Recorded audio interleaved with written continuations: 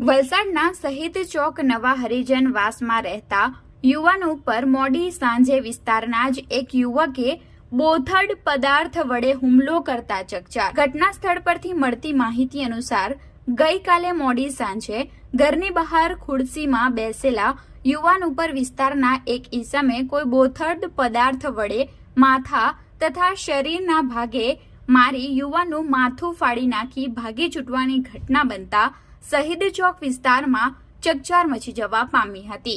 ઈજાગ્રસ્ત યુવાનોને 108 એમ્બ્યુલન્સ મારફતે વલસાડની સિવિલ હોસ્પિટલમાં ખસેડાયો હતો। ઘટનાની જાણ થતાં સિટી પોલીસની ટીમ ઘટના સ્થળે દોડી ગઈ હતી। વલસાડ શહેરના શહીદ ચોક વિસ્તારમાં આવેલા નવા હરિજન વાસમાં બળવંત પંડિત નામનો યુવાન ઘરની બહાર મોડી સાંજે બેઠો હતો। બળવંત પંડિતે વિસ્તારમાં રહેતા વિકાસ સોલંકી નામના યુવાનને થોડા મહિના અગાઉ 3-4 યુવાનો સાથે જૂની અદાવતને લઈ ઢોરમાર માર્યો હતો।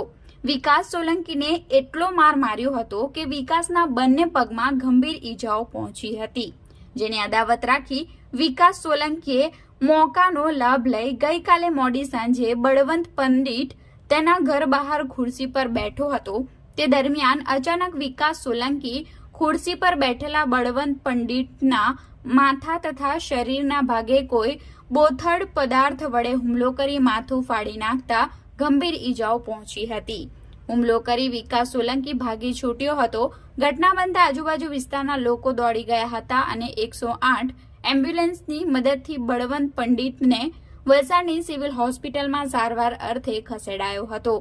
ઘટનાની જાણ થતાં વલસાડ સિટી પોલીસની ટીમ ઘટના સ્થળે દોડી ગઈ હતી અને બળવંત પંડિત ઉપર હુમલો કરી ભાગી છૂટેલ આરોપી વિકાસ સોલંકીને ગણતરીના કલાકોમાં જ સિટી પોલીસે ઝડપી પાડ્યો હતો।